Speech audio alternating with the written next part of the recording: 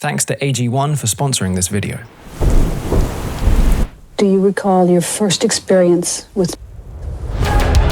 I was 10 or 11. I think 11.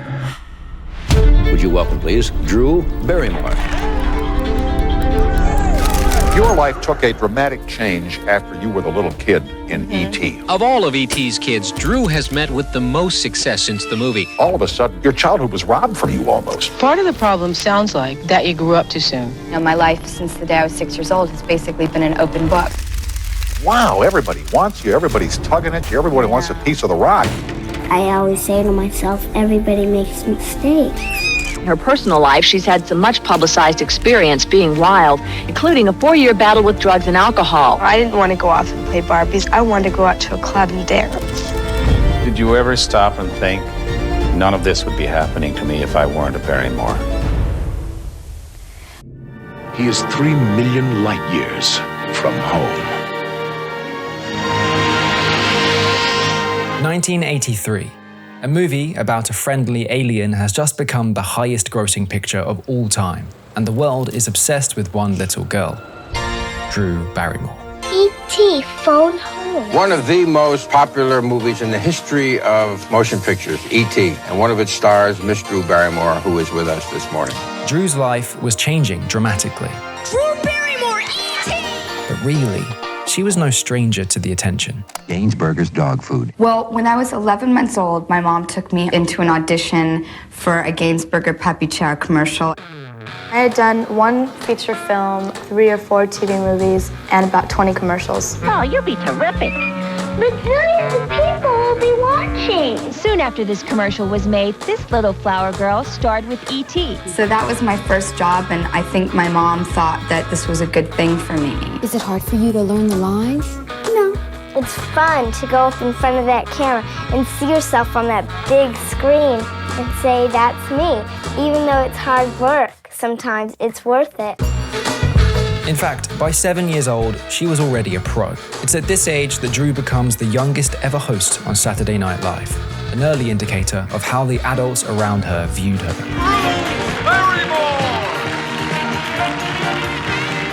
Thank you, thank you, thank you. I'm Drew Barrymore. Relax, kid. You're going to be just fine tonight.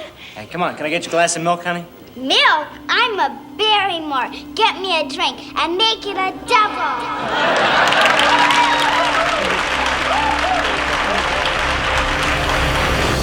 The only things I truly regret in life is anything that I've done to sabotage my health.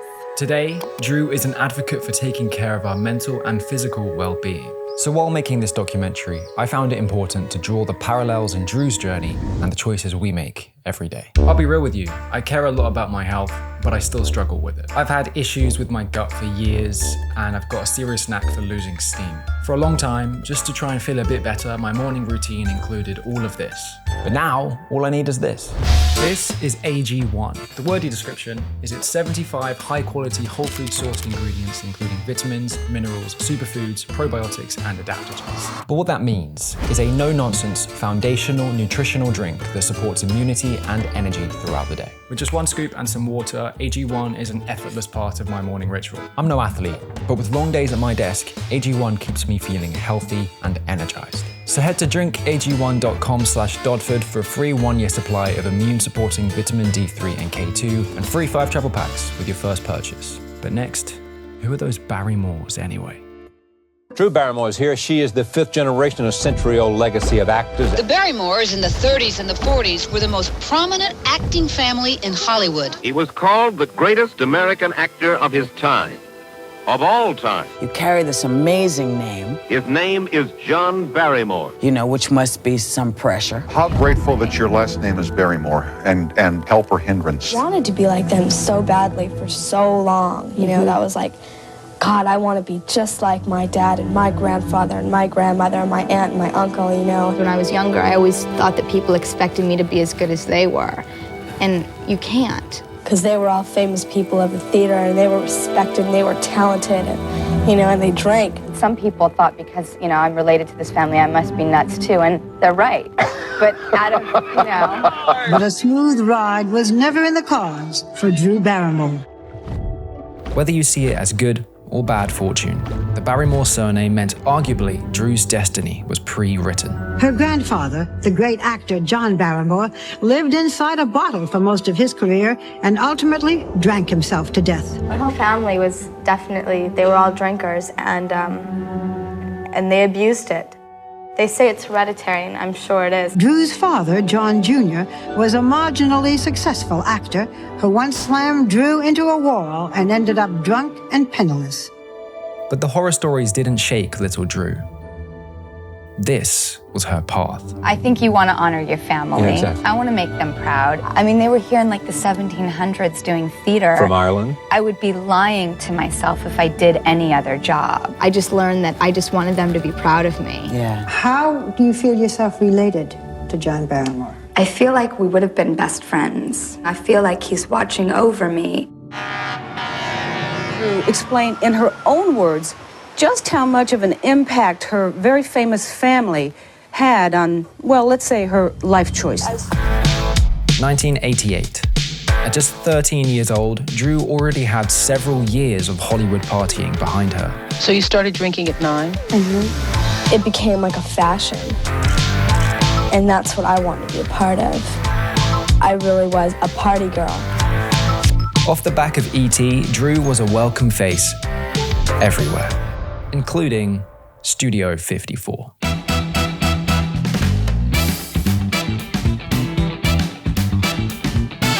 I know adults who've met you who say that, you've never been 8.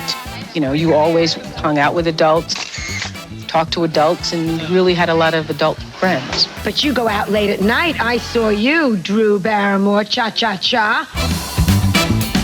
Who gave you your first drug, for goodness sake? As I said then, they were friends, but they weren't really friends. I would walk up, and they would be like, oh, it's little Drew Barrymore. Come right in, good publicity, It's not very normal to see a 9-year-old at a big Hollywood party drinking. But adults treated her that way. In Far From Home, Drew is only 13 years old when she passionately kisses 22-year-old actor Andras Jones. Well, I had grown up very fast. Part of the problem sounds like that you grew up too soon. People were laughing and just saying, I dare you to do this, and I did, and I got really drunk.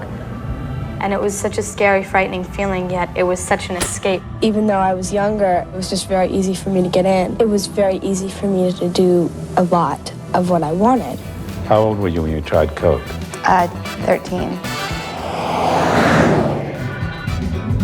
Drew was an 8th grader with the world at her fingertips. No one who told her no. But that was all about to change. What was it like for someone your age? Very bizarre. Like, I had so much freedom when I was a kid. I could do anything, and then all of a sudden I wasn't allowed to do anything, so it was very shocking to my system. 1988. Drew Barrymore's new home for the foreseeable future. Van Nuys Psychiatric Hospital. When and how did you go into rehab? When I was 13, my mom put me in there. I came home drunk and trashed the house. I was a real wild child. My mom put me in an institution. She didn't know what to do with me. She created a monster. And when you go through those 2 doors, you do not come out. 1 minute you're at movie premieres and clubbing, and the next minute you're in a full-blown institution with barbed wire everywhere. Like no Hollywood rehab 30-day Malibu beachside bullshit. This was, school of hard knocks in the most severe way. And I hated it. I kicked, I screamed. And it was so upsetting at first, but over the course of that 1.5 years, I left there like the most humble person you could ever imagine. Right, they saved your life, didn't they? They saved my life. It's hard when you're young to go through something so scary, but I'm so grateful because in turn the best thing of my life came from that, which was the deepest appreciation for freedom, the outside, how good life can be. It just taught me how to behave in the world and how to be humble and grateful. When everything is handed and thrown at you, it just gets really confusing, and You don't know what's real and what isn't. I can't even believe I actually get to be where I am now. Because when I was here, I didn't see that. I thought I would be here forever. I never thought I was going to make it to somewhere better. A year and a half after being admitted, Drew left Van Nuys a changed person. The psychiatrists believed her, but Hollywood didn't. It's scary, because I want to stay sober so bad. And there is a possibility that I could slip again. No one would hire me. I was totally blacklisted and washed up. But it was like, oh, I'm 15, midlife crisis, can't get a job. Not a lot of directors wanted to work with me. Not a lot of people were that enthused with the old washed up Gertie kid. By 17, Drew was clean and sober, but had burned so many bridges that she was considered unemployable. My career stopped for a certain point and no one, looked in my direction. And most people, I think, have a hard time disassociating you from that little girl from E.T. Despite saying goodbye to E.T. 7 years ago, I just want to say goodbye. In the eyes of society, Drew Barrymore would forever be Little Gertie. I imagine people obviously still recognize you from E.T., but that's good. That was a great film. Yeah, I thought for maybe a minute there it would be hard to kick the image. It's difficult for any child actor to make a transition. When I was in my early teens, people just could not accept the fact that I was getting older. It was time to flip the script. Since Hollywood wasn't buying the America's Sweetheart routine, she'd give them the exact opposite. Drew is back working on a new film and living down that old image. And I found this script called Poison Ivy, and I thought, oh my God, that's it. Was it pretty poison? Poison Ivy, yeah. Ivy? Honey, I think they got it now. Hello, Mr. Cooper. Care for anything? In 1992's Poison Ivy, Barrymore plays a troubled teen with eyes for her friend's father. I started playing into my sexiness. I'm gonna act like a little sexy whore. That's a good boy. Poison Ivy is her first feature film in 3 years. I get to get out all my anger through my character, which is pretty interesting sometimes. You're not my father. Remember last night? Once I started filming it and people were hearing what I was doing in this film, right. They were like, Drew Barrymore's doing what? Drew was only 16 when these scenes were shot a year ago, but she feels she handled herself like a pro. Being Ivy let me live out those fantasies for 3 months, which was absolutely incredible. It worked. She was sexy in a Lolita sort of way, and the Barrymore acting genes were beginning to show. It's incredible to see the response that people are having towards this film, let alone seeing me doing the things that I do in this film when they think of me as a little girl. I'm not a little girl anymore. She certainly wasn't Gertie anymore. To hammer the nail in, Drew poses nude on the cover of Interview magazine. She was 17 years old. Controversy seems to follow her wherever she goes. The latest is a nude cover in the July issue of Interview magazine right there. Let's find out why she did it. Please welcome Drew Barrymore. So you have no regrets about this? No, when I first saw it, I jumped back and I went, oh my God, I'm naked on the cover of Interview magazine. It's a wild cover. And you have a nice little onion. Thank you. If E.T. had seen this, he might not have taken his ass home. Suddenly, the world saw Drew for who she wanted to be. But this new idea of Drew Barrymore was still just that, a concept. A character living on. It was definitely like a breakthrough transitional role for me.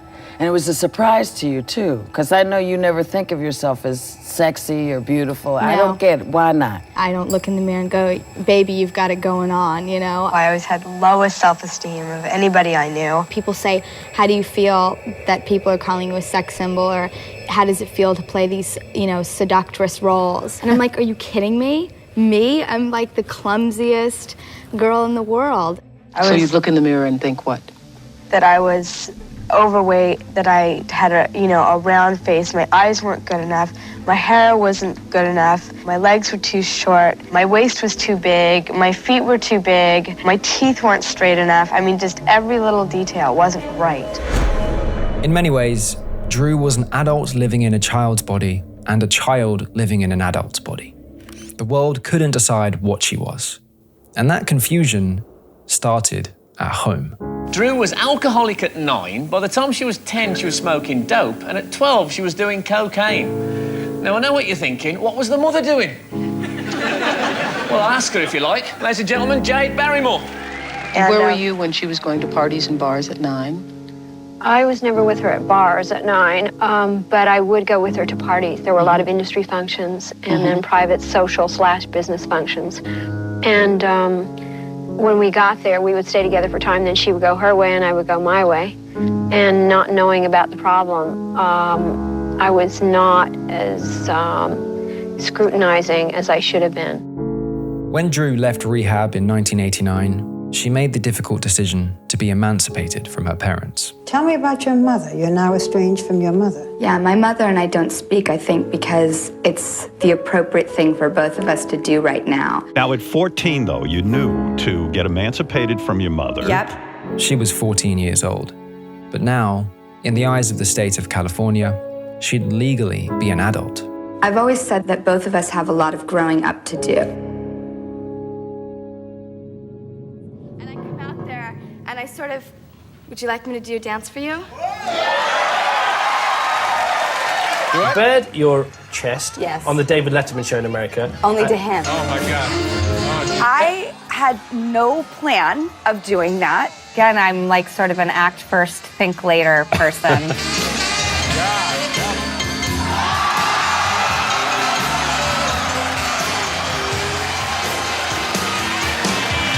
And that night, I said to myself, okay, so next chapter, you need to go and become a young lady.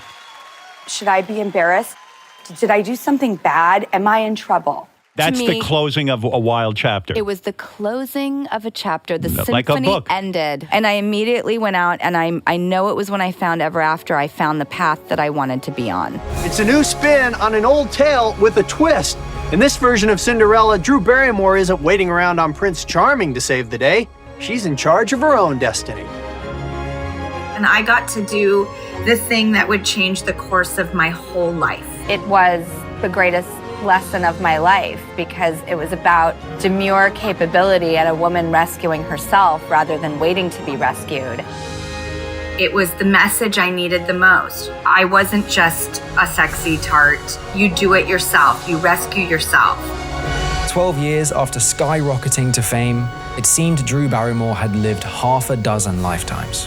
Harsh lessons learned earlier than she deserved. But Drew Barrymore's attitude was always clear. Hard times make better people. You also have been very instrumental for a lot of young people to come to terms with whatever's going on in their life. I'm finally at a point in my life where I've learned that being me is absolutely fine. You know, there's so many different sides of my life, and that's exactly where I want to be. The truth also is I wouldn't have it any other way. Comfortable in my skin, happy about life, and just enthralled, you know? They say that fairy tales always get darker before they get lighter, and I can kind of relate to that. Are you ever afraid now that you're going to mess it all up? No way. There's no way I could. I appreciate what I have too much, and I know what it's like to be on the other side, and therefore you work from that. When that all was taken away from me and I had to really, really fight for years to get it back, that really made me a grateful person. And that's kicking your ass. Do you feel now that you are finally living the life that you want? Without any question, yes. Thank you. I will never forget this day. If you really want something in this life, you're going to have to accomplish it for yourself. Welcome to the Drew Barrymore Show. So much It's like you were to me. meant to do this. And I was out of control, and I forgive her. And I just wouldn't change a thing. I'm so happy and in love and scared of my life being any different. What's the dream? Same one I've had since I was little. To be on a farm, to be with lots of animals, to be with someone I love. And one night it'll rain and I'll know that I finally got there. One night it will rain? What does that got to do with it? Whenever you can go out into the rain, do not miss the opportunity. I love the rain.